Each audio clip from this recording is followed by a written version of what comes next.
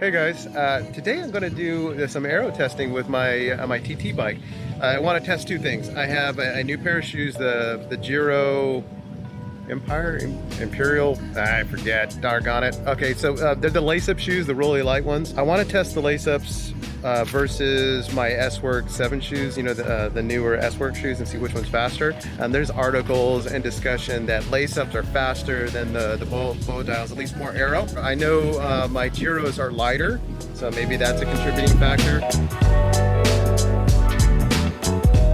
So the other thing I want to test is my position, my front end position. I've raised it up a bit and hoping that it would give me a little bit more power by opening up my hips, but I don't know if it's actually faster, and I don't seem to see that like there's really any change in my power raising it up a little bit. So I brought some tools and I'm gonna mess with that. I don't have access to a wind tunnel, so I can't test in a wind tunnel, but I like to test in real world conditions. There's quite a few of my TTs that have turns and corners, and so they're not straight out and backs. I think there's like only a couple that are straight out and backs, but like Esparto and Chico, they all have corners, so the wind comes from different directions. And testing out here in this area allows me to get a feel for that, and where wind's gonna come in different directions. And it's mildly, not totally windy. I think it's like a 6 mile per hour wind with some like 8 mile an hour gusts. We'll see. So this is the course I'm going to be doing. There's almost no cars most of the time, and if there is a car, I just have to restart. I'm going to start right after this corner here, and then it goes straight. It's a little bit of a false flat up and down, and there is a crosswind coming from the right. Then there is a corner. And this longer section here, this is a much slower section.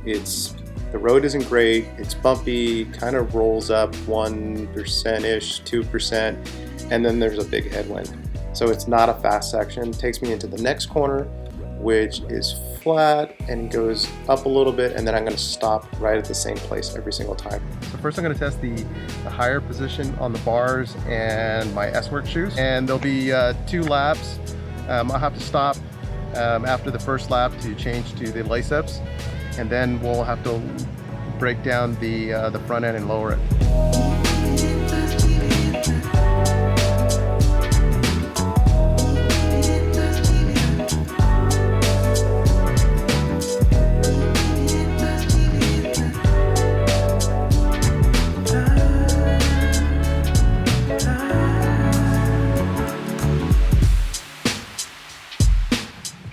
First lap is done, so now I'm going to switch over to the Giro shoes.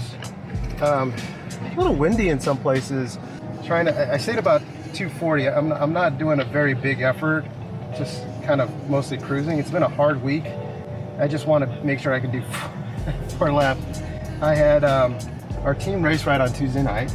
Then I did a 2-hour climbing ride the next day, and then I did a 20K TT on the canal full out.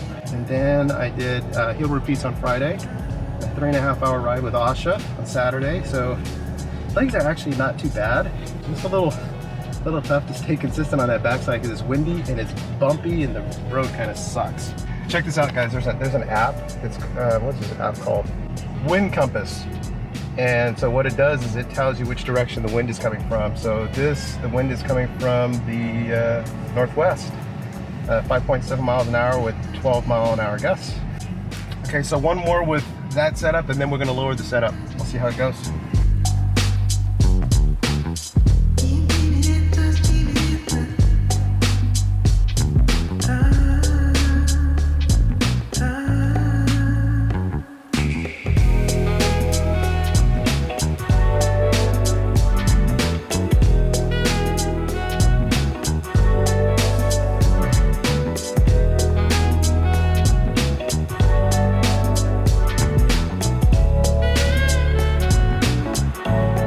Hey guys, so I got it all buttoned down. I took out a spacer and a half. I've actually was that low when I got fitted, and then I slowly brought it up to see if it would.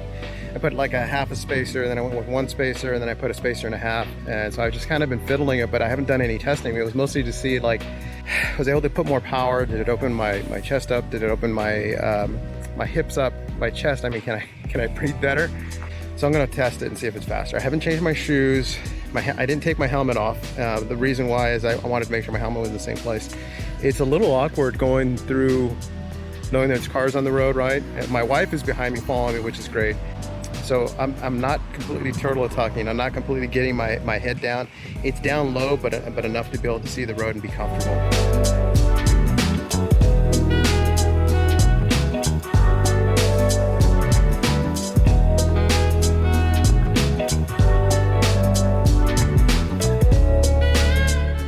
One more lap to go. I had a couple of false starts because there was a big trailer pulling into the guy was pulling into his house.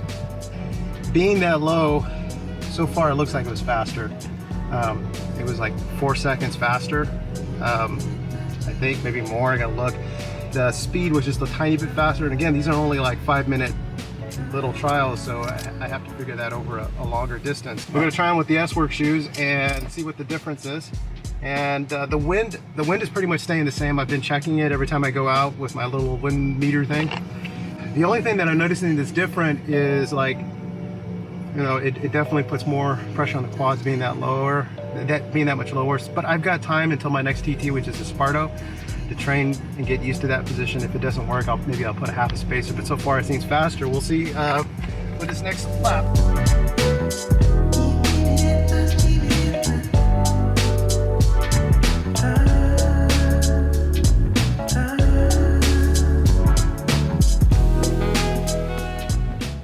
So let's look at the data for the race position. Keep in mind, I held 240 consistently for all the runs. The wind I found was about the same, so there really wasn't any difference there. I'm just trying to get an idea, is it faster? To do better testing, I would probably want to do more runs with the S-Works shoes, more runs with the Giro shoes, raised and lowered, and then to get a larger sample set to see if there's a difference. So it's not perfect, it's not going to be exact, and it could definitely be better testing. So let's look at the data between the two shoes. For the S-Works 7s, the time was 5:07, and for the Empire SLX, the time was 5:06. So there's about a second difference, and the speed was really close. It was 22.3.4 something, but it's basically 23.3-ish, and the speed for the Empire SLX was 22.4. So a very small difference in speed, but with the time is where it's a little bit different.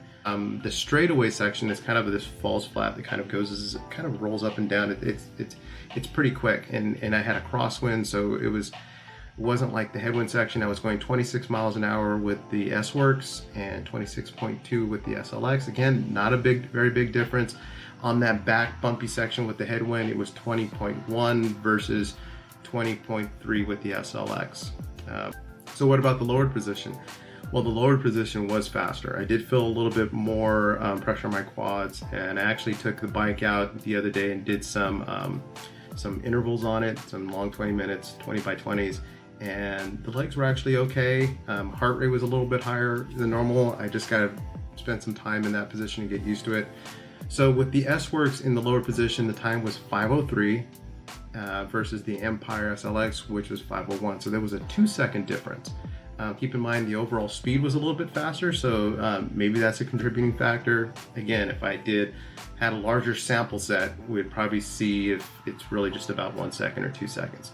So on the straightaway section with the S-Works shoes, it was 26.8 to the Empire's 27 miles an hour. The backside was 20.3 with the S-Works, and the backside with the Empire SLX was 20.4, so not a big difference.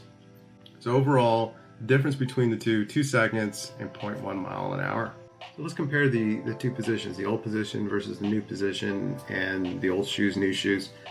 The time was 5:07 for the old position, and the time for the new position, the lower position, was 5:01. So that's about 6 seconds difference. The speed for the old position was 22.3 miles an hour. The speed for the new position was 22.7, a difference of 0.4 miles an hour.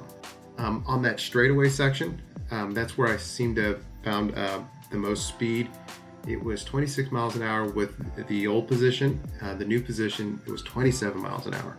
On that back section with the headwind, it was bumpy, 20.1 miles an hour versus 20.4. So about a difference of 0.3 miles an hour. Give or take, again, these aren't super precise, exact. Yeah.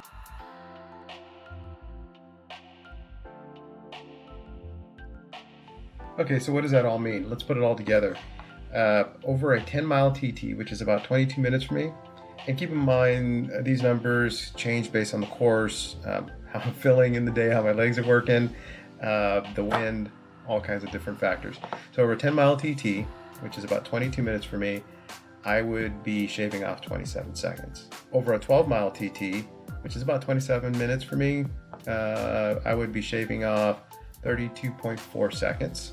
Over a 20-mile TT, which is about 55 minutes, give or take. I haven't done one in a while, so I'm not really sure. I would be saving about 1 minute and 6 seconds. So I'd be shaving off quite a bit of time. As I go faster, those margins could increase. So putting on the disc, the 808, the speed suit, and then being able to tuck my head down, putting in more power on the bike, all those things, not only would be faster, but I would probably see bigger gains in the time differences between the lowered position and the new shoes. Anyways, guys, hope you like that. If you have any questions, put them in the comments below. Like, share with your friends. See you later. Bye.